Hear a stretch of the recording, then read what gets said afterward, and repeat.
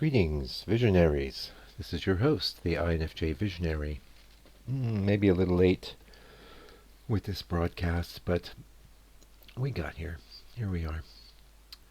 I saw, I'm going to talk about a few different things, but I saw a video, it was an older video from Ren, and it was about why INFJs are attracted to INFPs. And this is something that I know a bit about since I'm married to an INFP. I have been for about 15 years, and we're doing really, really well. Prior to that, I was with an ENFP, and that also went pretty well. It ran its course, and we're still on good terms now. And I could go into the ENFP thing, but obviously it's a bit in the rearview mirror for me. So let's talk about the INFP. One of the so when you look at the cognitive stacks of the INFP and the INFJ, we don't share a single function in common. And I can verify that through my lived experience. My wife and I don't actually share any cognitive functions, and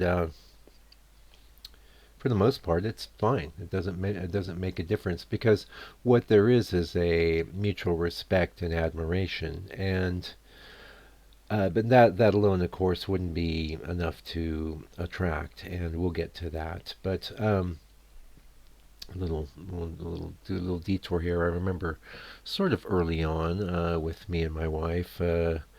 She was puzzling. Why do you care about what these people think? I don't remember exactly what was going on. Um, you you don't have to. And what I had to point out to her was that I didn't have a choice. The extroverted feeling component of my psychological makeup is going to preclude me from not caring what other people think. Now, and maybe the second part of this video, we'll get into that a bit. The fortress of indifference is what I call it, and we did touch on this recently in a broadcast as well. Um, and actually, what I'd done at some point was I went through and I looked up a ton of stuff about INFJ, and I printed it out for her. And of course, I just pasted in the things I thought were pertinent to me. And I says, here, read this, because this is what you married. And honestly, that was helpful. She understood then. Oh, it's not that I might be choosing other people over her. It's that I don't have a choice but to consider others, you know. And that is just part of our makeup. And it's a giant um, part of our makeup. If you take away the extroverted feeling component, what are we? We are introverted intuition, which is, it sounds great, but introverted intuition on its own wouldn't be able to function in the world very well. It would just float away. It wouldn't have enough. It wouldn't have enough stickiness to actually interact. And so don't disregard that feeling component, even though if you listen to some of the earlier broadcasts on this channel, I refer to it as a prison. And that is accurate as well. It is a constraint on us. But everything's got to be constrained in some way, shape, or form. There is no such thing as absolute freedom, psychologically or otherwise. And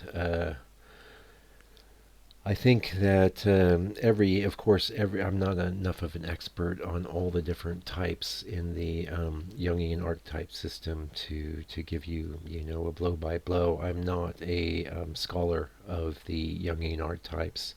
I do make a distinction, though. You notice I try not to refer to it as the Myers-Briggs system, and I refer to it as the Jungian system.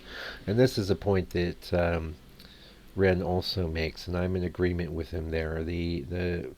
What the Myers-Briggs is, it's just borrowing and extending the Jungian ideas, but I don't think it's always helpful. Maybe if you're a corporation looking to hire someone, and that's absolutely valid, but for my part, I'm more interested in the zoom out.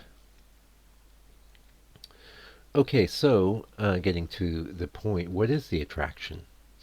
Sorry for the sniffle. Well, the INFP has an awareness and does want to slot in with the group, but they don't care much about the group dynamics. In fact, if you don't know if you're an INFP or an INFJ, the quick way to find out is just to query you, what's up with the group, what's up with the feelings in the group. If you don't know, then you're an INFP. Or you don't know, or more accurately, you don't care, because the INFP is almost completely driven by their own feelings. They have an awareness of others, and they have a lot of sympathy and empathy, which they exhibit, very, very much so in fields like the medical professions. I think they're very well suited to that, where INFJs maybe less so, because I think we might take things on board.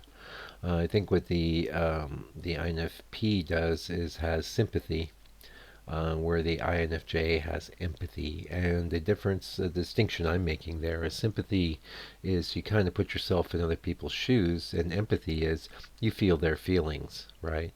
And that's not comfortable. It's a bit of a hell, actually. Um, that said, my only experience of life is from the INFJ perspective, and my life is not hell.